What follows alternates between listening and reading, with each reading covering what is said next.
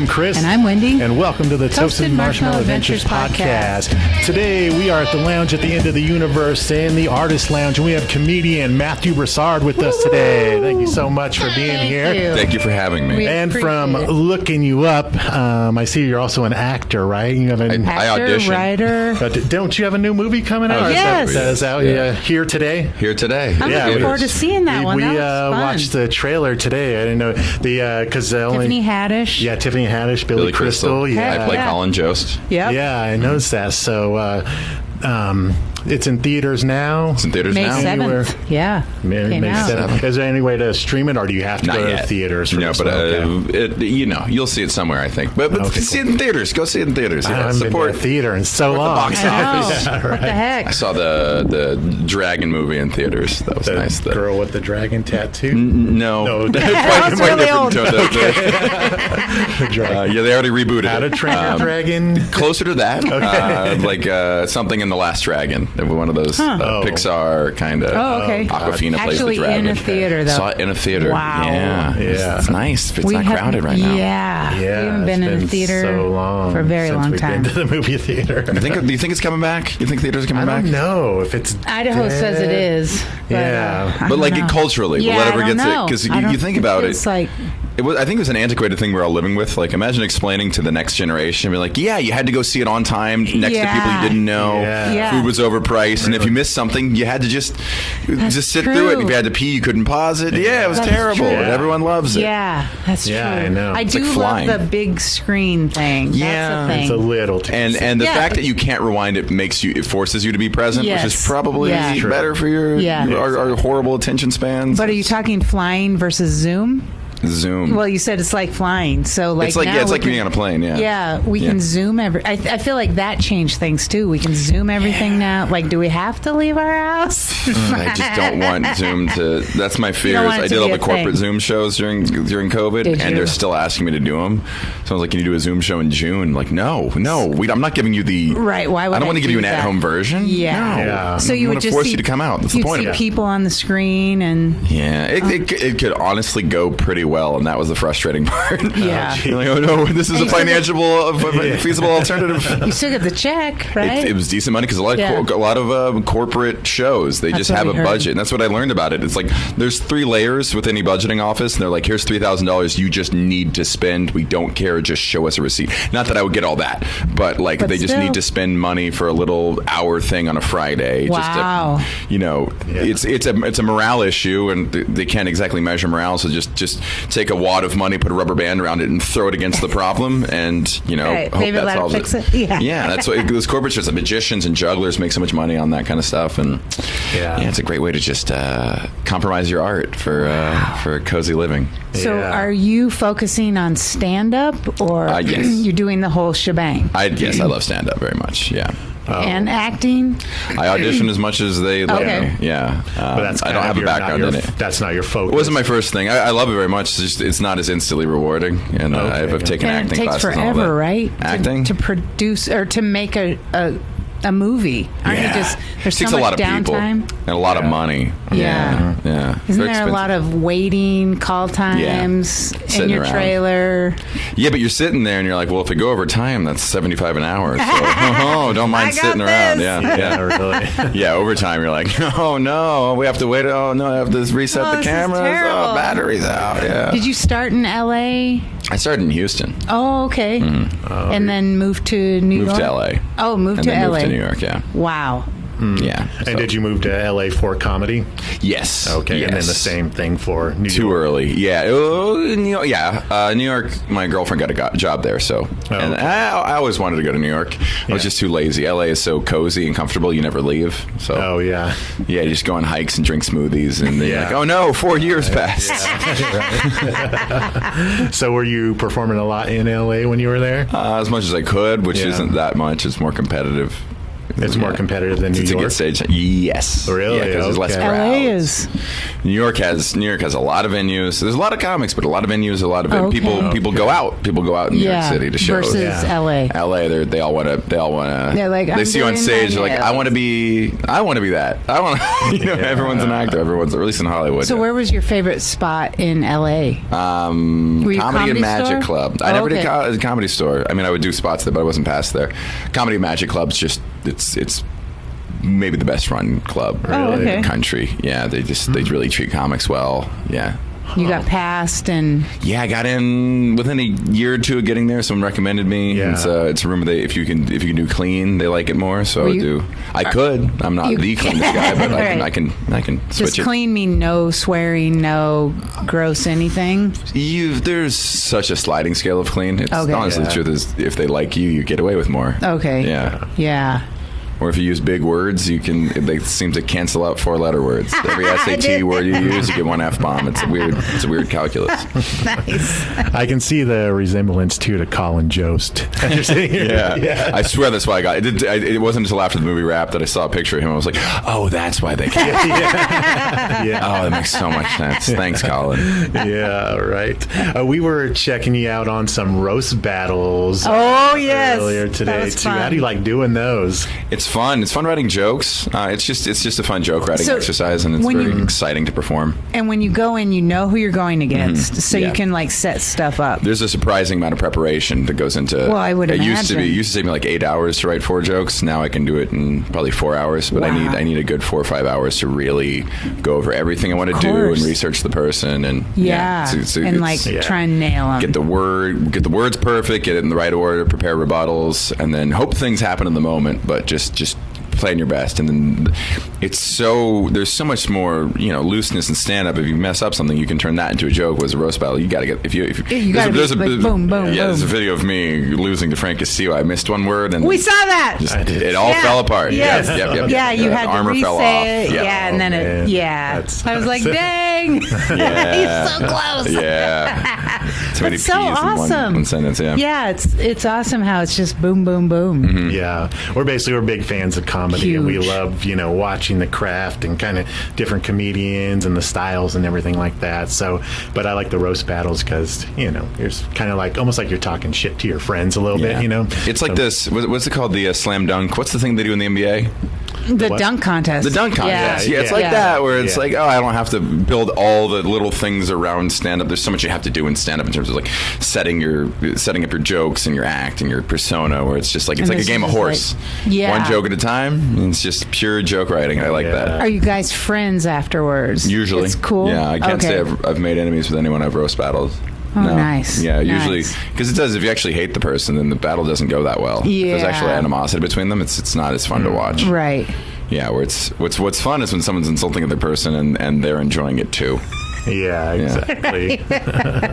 What you've been compared to like serial killers, like rapists. Yeah, date rape, I know. I was gay, could always actually- gay. It's always weird when they do gay and like Oh, a date rapist in one yeah, I battle. I'm didn't like, see just that. pick one, man. Pick I one. can't be both. I can be a gay date rapist, but that's not what they're talking about. I can see you like as Dexter-ish. Yeah. American Psycho. Yep. Isn't that weird? Yeah, that's funny how they break people down, and you're like, oh yeah. There's types. As a just a viewer, you like, oh, I kind of see that. It's weird. Like, and I wouldn't have seen it like if I Racist. saw just your screenshot. You know get what I racist, huh? Oh yeah. Really? Just Oh, from Yeah, what's his name? John Horton had a really good one about like looking like one of the Tiki Torch guys. The khaki pants protesters. Yeah. Oh, jeez.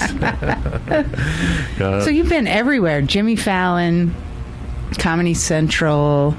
What is that like? How? I mean, we have no experience, so just share with like how scary, fun. First one I did was Comedy Central. I was really young when I did that. It was really exciting, and I was very happy with it. It's you spend a lot of time preparing, and then when you get up there, there is you have to perform slightly differently for television. Like you want it to be loose and fun, because if you're really having fun and living in that It should be moment, loose. you can always see that in a performer. It always Yeah. looks good, but then you don't want to be wasting words. Like Right. the most recent performance I had. like televised was with Comedy Central, and it was like just felt really good, but I could feel the words falling in place on the subtitles below my face. So that was so just being conscious of the final product, which is kind of hard to balance that while trying to be present and engaged with the audience. And you typically have a really strict set that you're hoping to stick to. Are the lines like going through your head, like, you know?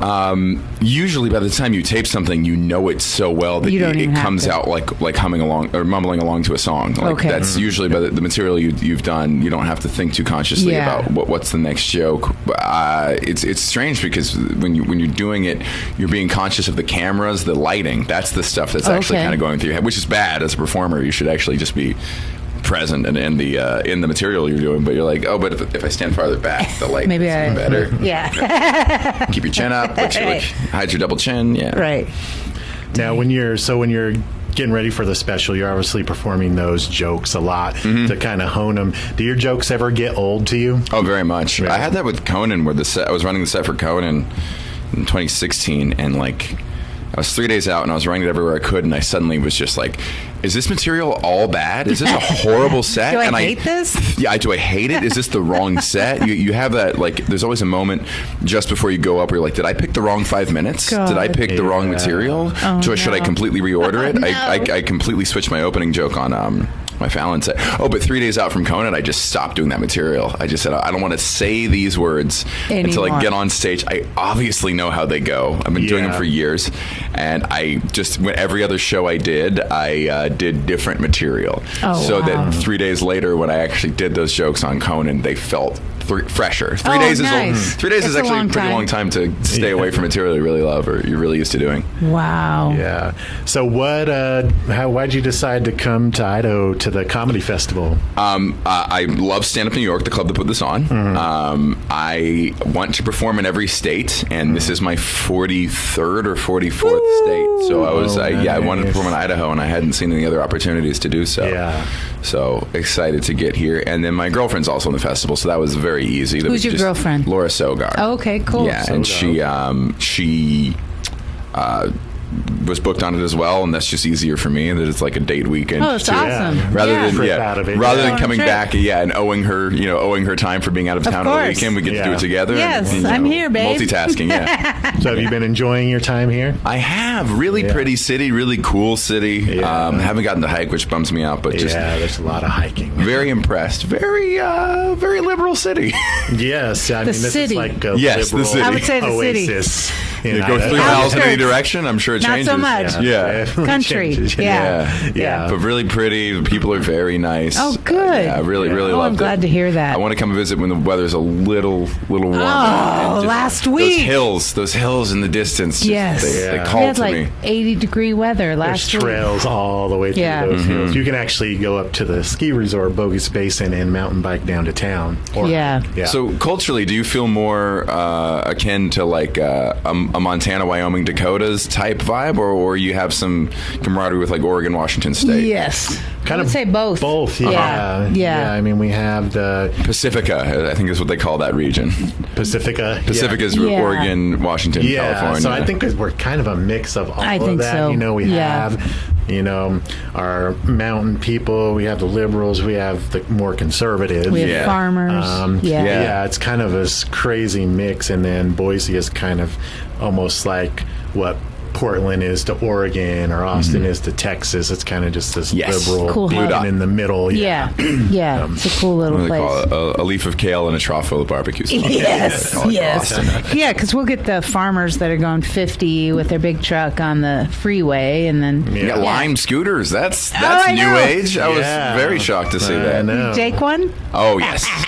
It's course you just did. it's so cheap, and it's such a great way to see a city. Yeah. Because I like biking around New York, and Lime is just it's great. I'll probably die on one of them. Because you're going 19 miles an hour down a hill, no helmet. You're like, and there's just I got 3 inches this. between me and the ground, right? Now, do you have those in New York City? No scooters. They've they don't regulated, but we have City Bike, so that covers We that. saw that. Yeah. Love City Bike. Love it. Started doing That's that where during you just COVID. go up and you can Just grab a bike off a corner and That's then so move it. awesome. Yeah, it's like 170 for the year. Wow. And you can score points really? and earn free months. So I have not been paying for it. So because I've been scoring enough How do you points. score points? They have high density docks and low density docks, and they see. tell you the points. So if a bike station is full, there'll be pickup points, and if you pick up from a bike station and you move it to a place with drop-off points, which means an empty rack, you'll get the pickup points plus the drop-off points. Oh. But you have to, if you drop it off at a place with pickup points or pick it up at a place with drop-off points, you won't get any points. But I'll do it I'll just strategize my route around picking up a bike at a high station and dropping off at a low, and you get like a free water bottle. Wow. Oh, nice. I used to play Pokemon Go, but now that's my my That's video your game. thing? That's your video game now. It's free rides, free bike rides. My MMO. Yeah. Dang. Okay. Should we get to number 6? I was just looking at number 6. Number 6 just says vulva, vulva, vulva. I think you missed 4 of them. Oh, there were 7. Vulva, vulva, vulva. Yeah. Let's talk about vulvas. It's a word that needs to be destigmatized. It's a word that's not used, that has a negative connotation, and even though it's the proper use, and people say vagina when they mean vulva, and I think that's irksome. So was that true? Your family taught you how to speak about if you were talking body? about if you're talking about bodily functions, there was no curse. My mom didn't like the F word or she didn't like all the F the word. other words for. She didn't mind S that much, but F she found coarse and uncreative, and any talking about sex, if it was done with graphic language, that it stigmatized it. I mean, don't make it dirty. It doesn't have to be dirty. There's nothing bad about it's just a sex. If you thing. can talk about it more Yeah. clinically, there's something wrong with that. So my goal with that whole set was I think I read somewhere that the guidelines for language also fell along that. You can't say swear words for genitals, but if you actually use the proper names, there's nothing they can do to censor that. So it Nothing. was a fun set to try to push that edge of it. What's the PG-13 clinical AP bio kind of language? Yeah. What I think's funny is I don't think a lot of people actually know those words. No. You know what I mean? I mean, they know. vulvas, Yeah. they just know Yeah, they know all the slang. Yes. So that's what was so funny about that. It's like vulva, vulva, vulva. Yeah.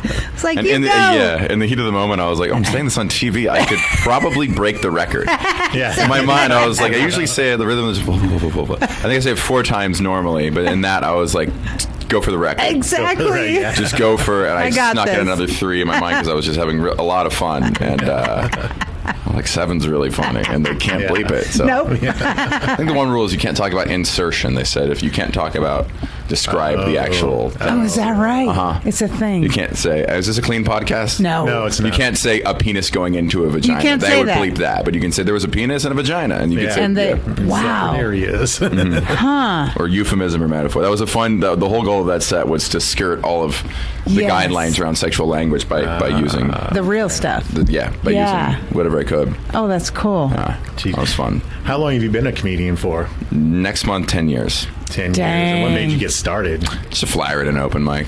Oh, really? A flyer at a bar for an open mic. And you hadn't thought of it before that? No, I'd never considered it. Were Didn't you do an plays. actor no. prior? No. Oh, okay. I studied computational math, which is far from acting. The most Wow. emotion-free. So comedy major. started it. Your acting career? Yeah, I started acting after comedy. Oh, Actually, okay. a bit after. I'd never considered it. My family made it pretty cut and dry that wasn't a thing. The technical skill or we valued math and science as a family. It was kind of drilled into me. Work hard in those classes. It was the stuff that came easily to me and was fun to me. And they would say explicitly of like the only thing you were ever going to make a career out of is your math skills. That's it. There's no other option. You're not going to be an athlete. You're not going to succeed off your looks. It's if you're from this family, that's how you're going to. That's how we do it. Yeah. Are they fine with you? No. Good? Oh, Still, they're not supportive? My dad passed away, but he was starting to I'm get it, sorry. and then my mom still hates it. So Oh, really?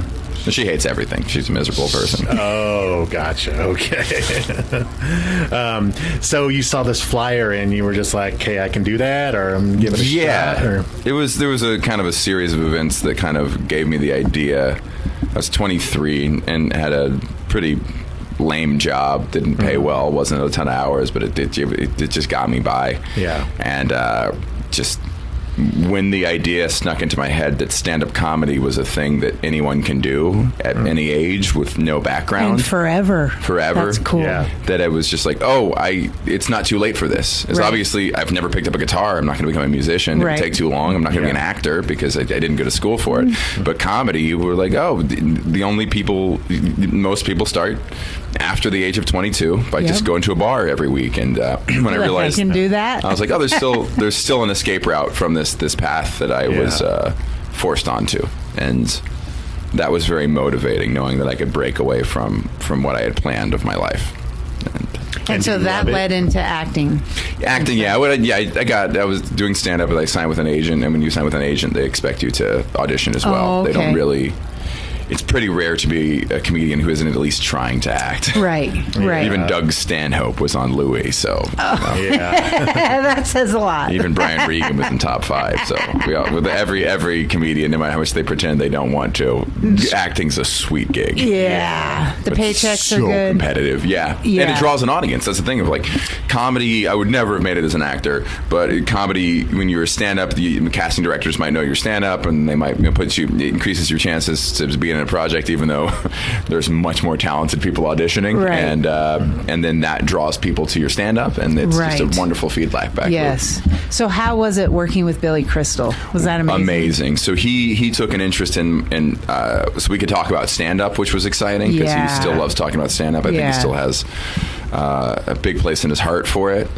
He also understood that I was a rookie actor. So if you watch the movie, there's all these other cast members because it's an SNL type thing, and the actors are like Alex Brightman and Sarah Stiles, and that's respectively Beetlejuice on Beetlejuice and Tootsie on Tootsie. Those two actors are Broadway legends, Yeah. and I'm sitting there just being like, I've taken 7 acting classes. Oh, jeez. So this is very Try and keep intimidating, up. and he made me feel. I think he sensed that and made sure I didn't feel out of place, because if you feel like a bad actor, you're going to be a bad actor. Yeah. And he was very encouraging and an incredibly high functioning individual. That he was Wow. acting and directing this at the same time.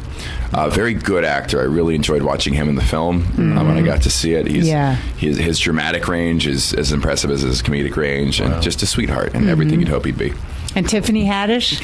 I've worked with her before. We didn't overlap very much in the set, but she's just a powerhouse, comedic powerhouse. Yes. definitely. Yeah. Yeah, that was cool. She's blown up.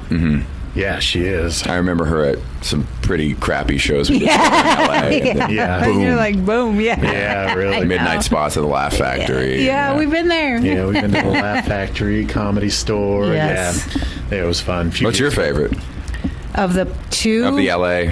Oh, well, comedy. or New Those York. are only 2 we've been to. We Yeah. haven't been to any in New York. We yet. went to New wanna- York and did not hit up comedy, which Yeah, is so we were kind of stupid. there. I know. Yeah. that We're was like ridiculous. kicking ourselves. We're gonna Next go time you back. come Yeah. back, go to a Yes. club show and then also go to an alt show just to see. Okay, cool. And I can send you some really good ones. They're yeah. great. It's younger comics, can be newer stuff, still great comedy, but just a different Of course, feel. yeah. And always cheaper. And we love that. Yeah. We love all the difference. And Yeah. I would love to go to Caroline's, Gotham, and anywhere else. I've just heard Cellar, about yeah. those. The Cellar, yeah. Cellar, Stand Up Yeah. New York. Yes. Yes. New York Comedy Yeah. Club, The Stand. There's so They're many all great. places. They're all great. Yeah. We were just basically intimidated by almost everything in New York. Coming from here, it's like, oh my God, where do we even start? You know, it's just massive and cool, and Yeah. transportation, and holy crap, people, you know? People seem mean, but if you actually stop a New Yorker to ask They're for decent? directions, they'll give you the best directions. Okay. It's not that people are angry at you. It's just they don't have time to consider. Well, they're you. doing something. They're on their way, so they're late. Exactly. We're but- gawking, and they're like, I got to Yeah. go to something. Yeah. Yeah, that was my feel. Yeah. Yeah, they But also stay to the right on the sidewalk. If you're not in New York Okay. or visiting New York, Stay on the Don't right. just stop while you're walking Okay. on the sidewalk. This is good It's to a know. highway. Yeah, that's what it felt like. You just stay to the right, and Okay. if you have to stop, scoot over all the way and check who's behind you. 'Cause Okay. people, They're pissy. you don't realize how different of walking speeds humans have. Oh no, we got It's like that. a bicycle and a Ferrari on the same lane. I know. Yeah. Now when I walk fast around here, she We call it refers to New- it as my New York walk. I do. Yeah, dude. Yeah. Yeah.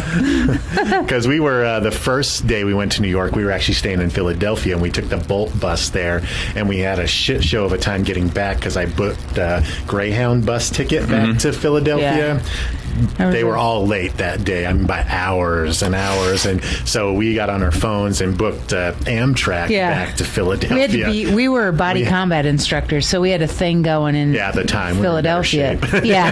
Way better shape. Yeah. But yeah, that was amazing city. I'd love to go back as soon as it's open and safe. And how do you feel there? Is it things are opening? In New York? Yeah, it's open. Okay. Good. Still more cautious. I don't know what the indoor mask mandate is right now.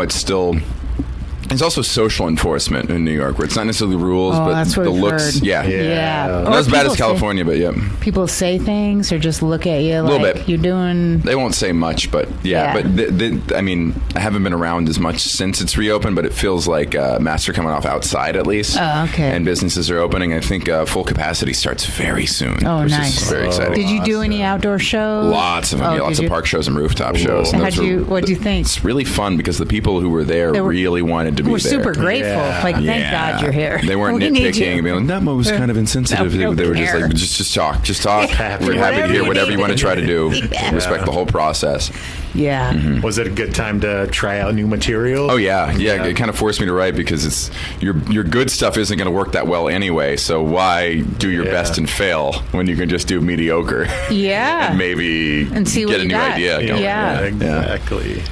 Awesome. So how do you like Boise? And what's your favorite part? It's been between the Ramada and the Bikes and Beans coffee shop, but the Bikes and Beans coffee shop, very good coffee. Really? I haven't tried it. I'm very yet. impressed. Yes. It's as good as any New York place I've been to. Wow. Oh, dang. Yeah, and then downtown's cute. Have you eaten at any of the restaurants down there? No. You're doing just the burrito truck out front. What did I buy? No, I didn't even buy a sandwich. No. Yep, just doing the... No. Yeah, the Shell gas station next to the Ramada has some really great bargain bin protein bars. Yeah. Nice. That's what you live on? That's what I've been subsisting off of for 2 days, yeah. Wow. By choice. Okay. All right. Anything you recommend? Downtown, I mean, I like Paddles Up Poke. They have poke bowls. Good. Okay. Yeah, that's on 9th Street downtown. If you like poke, it's delicious. I missed out on some good thrifting. My girl said she went to thrift stores and they would it was not as picked over. Oh yeah. You know, because you got to. It won't be. The best. You can't go to a cool city for good thrifting because the people know. Oh, they know. Because it's the best thrift items were worn sincerely by the original owner and then ironically by the next one. Right. Like someone actually loves horses enough to buy this sweater with pictures of different breeds of horses labeled on the front, and now when you buy it, it's cheeky. Yeah. You know what I mean? That's the best thrift buy. Yeah. Like, oh, someone actually loved this and meant this, and when I wear it, it's like an homage to that rural mom. So your girl is with you and she's thrifting? She went thrifting yesterday, She bought like a weird little Red Riding Hood. Oh, She was Little Red Riding Hood holding a gun. Oh, great. Yes. nice. I guess my favorite used place, though, is Boise Gear Collective. Oh, if you like outdoor gear. If you like REI, it's all that kind of used gear and clothing. That's great. I just joined the co-op for REI because it was $20. It was $20 to join for life, and then saved me $20 on my next purchase. Yeah, exactly. We love REI. We are members. I also like that they're politically minded. Yes. Yeah, definitely too. Good. Yeah, so if you want to find a bunch of used clothing, that's stuff that's at REI, go to Boise Gear Collective. It's wild how expensive camping is. It's so interesting. I mean, I want to get away from materialism of the real world. Buy all the good Spend shit. $10,000 on a backpack and boots and a tent. You can easily do that at REI. Yeah, it's like I need a corporate job just to afford the outdoors. What is this? No. Well, to do it right. Exactly. Yeah. I did Knowles, and do you know what Knowles is? I saw a sticker for Knowles today. Moondance, Outward Bound. I did a month of camping when I was 15. My parents sent me on it. There was a group of 12 teenagers. Were you a bad child? No. Oh. No, they just didn't want to send me to Israel that summer. So Jews, we would. Oh, you're Jewish? Yes. Oh, okay. Are you? No. I'm the only Jew in this state, I'm guessing. But yeah, it was summer camp. I went to summer camp, and then the summer we were all 16. You could go to Israel instead of going to camp, and my parents like, you're too young to appreciate that. go to Wyoming for a month, and I camp for a month. I still love it. It's still like it taught me how to pack. I still really value efficient packing. Okay, it's one of the best feelings to pack the most minimal amount. I bring a lot of merch for shows, but if I've learned that, so I'll bring a carry-on or I'll bring a roller bag of just t-shirts I'm trying to sell. But in my backpack, I just throw 4 pairs of underwear, and I've been wearing the same shirt all weekend. If you haven't noticed, it's I wear this shirt. I brought 4 of these so I can change these. Nice. This doesn't get dirty because it's on the outside. Yeah, as long as you don't spill, you're good. Yeah.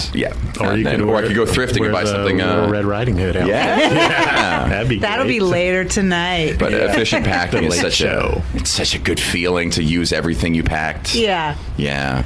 I tend to bring more than I need. Always, yeah. But yeah, I do love just packing in my, actually it's over here, that backpack there when we go on trips. Yeah, that's his. That yellow and black one. It's right there, yeah. Oh, it's the best feeling. Yeah. Just get it all in there, yeah. So do you do a lot of traveling for comedy? Yes. Okay. Yeah, so I'm gone like 1 or 2 weekends a month at least, and then just move it around. I like it. I like it a lot. Really? And you performing multiple nights a week in New York? I'm performing every night. I take Mondays off sometimes, but I average probably like 10 to 15 spots a week. So I just like to go. I'm a lazy writer, so I need to be on stage a lot if I want to turn over material. Okay, gotcha. I need to be performing enough to get bored with my material, and that's the only way I write new stuff. Now, did you write before you started doing stand-up at all? Okay, so you just learned how to write. Yeah. Okay. That's the thing with stand-up is like sitting and writing for hours isn't as valuable as just taking an idea, tossing it on stage, and just seeing where the weak points are. It's so is that where people say when they're writing on stage, or like you'll take an idea that's expanding on an idea on stage. I'll say the premise and then see where it goes, because the adrenaline of performing often can spur a creativity that you just don't have with a pen and paper. Yeah. A lot of writing is just organizing the ideas I already have. So I'll look through and be like, what was I working on? What did I forget to continue? So just keeping your ideas and just remembering to write it. Just, you always have that. That's very fun. What a funny idea. I'm definitely going to remember that one. And you don't write it forever. It's gone. So do you do little scraps of paper? Is that? I have a Word document with all of my, or a Google Drive document with all of my working material, and then one I just call bad ideas. To remind myself that it doesn't have to be good. Right. If there should be no filtration, just be like, let it be shit. Just let it be shitty. And maybe it becomes something eventually. Just typing it out. Just type it out. Get all the hack stuff out. Just get the bad stuff out so the good stuff comes after. Write little ideas I have them, and friends are good to bounce ideas off of, but you got to be considerate, because if you just throw raw ideas at them, that's just putting the labor on them. Right. I'd be like, is this kind of funny? They're like, yeah, but sculpt it a little bit before you come to me. Right. Because if you show me the in-between product, I'll never appreciate the final one. Are you friends with a lot of comics? Or? Yeah, I would say most of my friends. Yeah. Oh, nice. But then luckily through Laura, we have our yuppie friends. Yeah. Regular. They're not normal people by any means, but they're not comedians. Yeah. They all swam for Stanford, which is just... Oh, really? Yeah. Do you feel like comedians are a different group? Like a breed? Yeah. Yeah, because they take conversations as a competition. Okay. And they're a remarkably serious group of people. The least fun to talk to. Really? They always want to talk about it feels like conversations start out with the most inappropriate or charged subject matter. Are they trying to bait you, or no? It's just where we start. It's just we're considering the boundaries of conventional dialogue of like the bullshit of people come from a corporate work environment, and they want to hear you say raunchy things and offensive things and politically incorrect things. Right. So we're so rewarded for speaking like that it's where we start. Oh, okay. And I have when I hang out with my non-comedy friends, they're much funnier because they're not trying to be edgy or contrarian. They're just silly and fun. Yeah. And honestly, I laugh a lot more with them than with my comedy friends. Yeah. Wow. Now, do you have comedy friends that actually aren't funny in real life? They're just great writers? Oh. Okay. I would count myself in that group. Oh, yeah. okay. Yeah. I think that's pretty common. Really? Okay. There's some very funny people who do stand-up, but I don't think it's a requirement. Yeah. Yeah. To just be like jokey all the time. Yeah, or I feel silly. like- That's yeah. improvisers and even actors, but I don't think comedians aren't all, at least in the current age of comedy, where writing drives a lot more. You look back at the 80s, the Jim Carrey, Robin Williams Yes. type. That was Nonstop. And painful fun. times. Yeah, exhausting. Yeah, it looked exhausting. Yeah. Awesome. Yeah. So what do you They have were bad comedians. What do you have coming up after the Idaho Comedy Fest? What do I have coming up? If you happen to be going to Olympic trials for swimming in Omaha, Laura and I will be doing shows around there. Okay. Oh, nice. I'll be going to Colorado with my brother, going to Miami for fun as well this summer. Are you going to Texas? No, probably, but yeah, probably on a last minute notice. And yeah. What do you think in about how DC in Texas August. is blowing up? Is that a thing? So as a Does anybody Houstonian, care? it's interesting. It's fascinating. Is it? I went to Austin and got to see it firsthand. And Is it crazy? it's crazy. Yeah. It was slowly Everybody's shifting that moving. way. Yeah. It's a tourist town on par with Vegas or New Orleans. It's the life cycle of I guess gentrification is the word, but you see an area like that's not as expensive, and then gay people move in, and the gay people.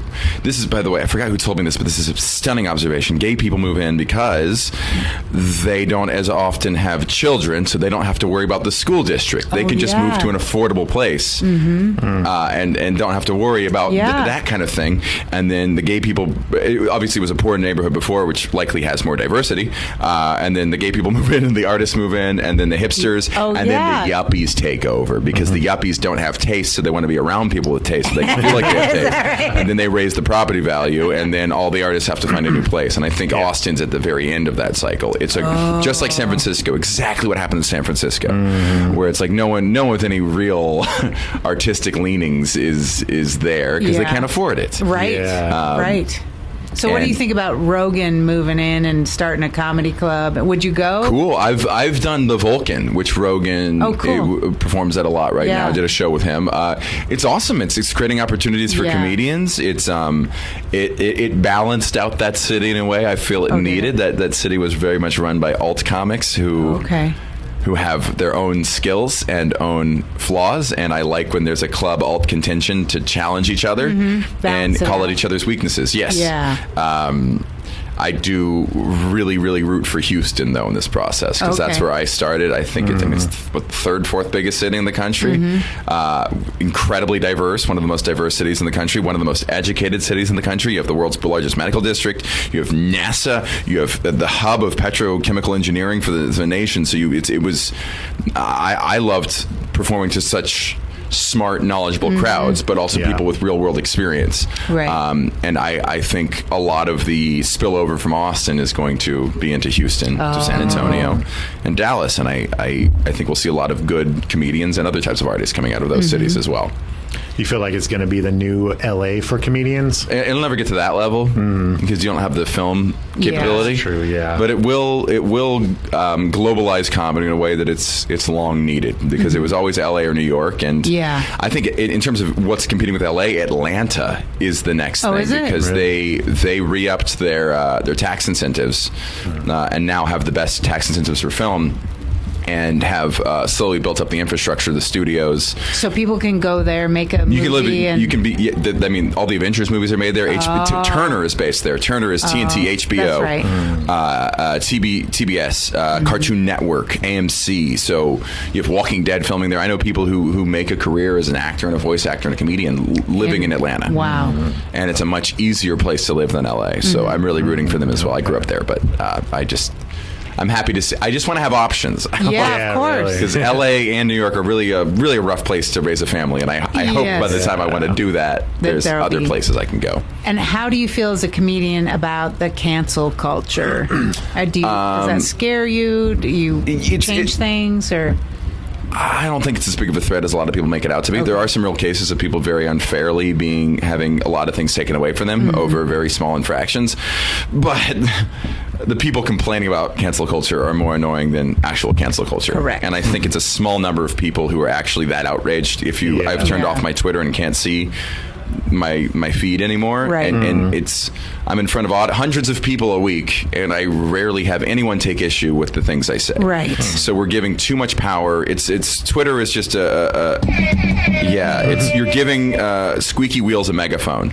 Yeah. Right. And I don't acting think like that's everyone needs a voice. Yeah, I don't think so. No, and it's a place that rewards. If you can't write a song or tell a joke, the next best way to get attention is screaming "ow" in a crowded room. I'm offended. Yeah, ouch, oh no, and then everyone turns. I agree. There's some real and I do like seeing some just lazy comedy writing being checked. Yeah. That's good as fine. well, and I also think that the more there's also the more sensitive we feel people are, I think the more tension is loaded into these subjects. So when you can actually land that kind of joke, people laugh harder. So I feel like people are like, oh, they're making edgy comedy illegal. No, you're actually making it way more enjoyable. Yeah, when it hits hard. And you take that risk. I think Daniel Tosh said it the best. He talked about that rape joke he did getting him in trouble. He says, oh, yeah. I say shocking shit for a living. Every now and then it blows up in my face. Right. Yeah, really. Right. Yeah. That's the risk reward you play. That's the gamble. That's the dice you roll. So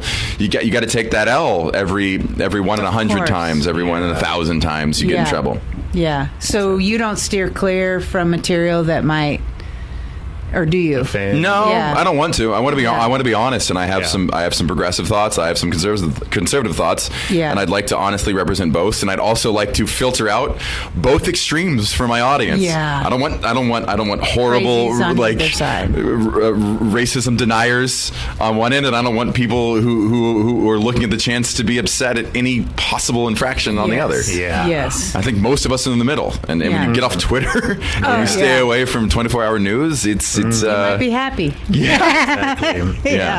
Yeah. Oh yeah, Twitter over the past 4 years has been Well, you just insane. did it to follow Donald, right? What's that? You just did it to follow I just wanted Trump to see and the laugh. crazy stuff that was being posted. Also, really, I think Biden's been great for comedy because, not having Trump's been great for comedy because people aren't as.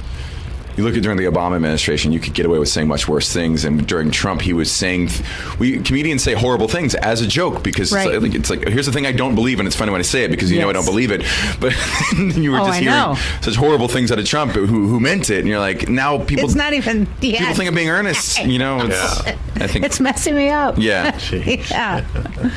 Awesome. Well, I want to thank you so much. Thank for you doing very the much. And when are we gonna see you? Yeah, when are you on stage? Yeah. In a few minutes. Oh, nice. Yeah. All right. Shit. We'll let you go. Yeah. Or again at like 8 or 9. Okay. Yeah. Okay, Cool. awesome. All right, well, I'm Matthew signing Broussard. out. I'm signing off. I'm Chris Adams. I'm Wendy Mosier. #Get toasted. Stay toasted. Thank you so much. And thank you, Matthew Broussard. Go see him in the movie Here Today in theaters right now. Woo. Thank you so much. Thank you. That was so fun.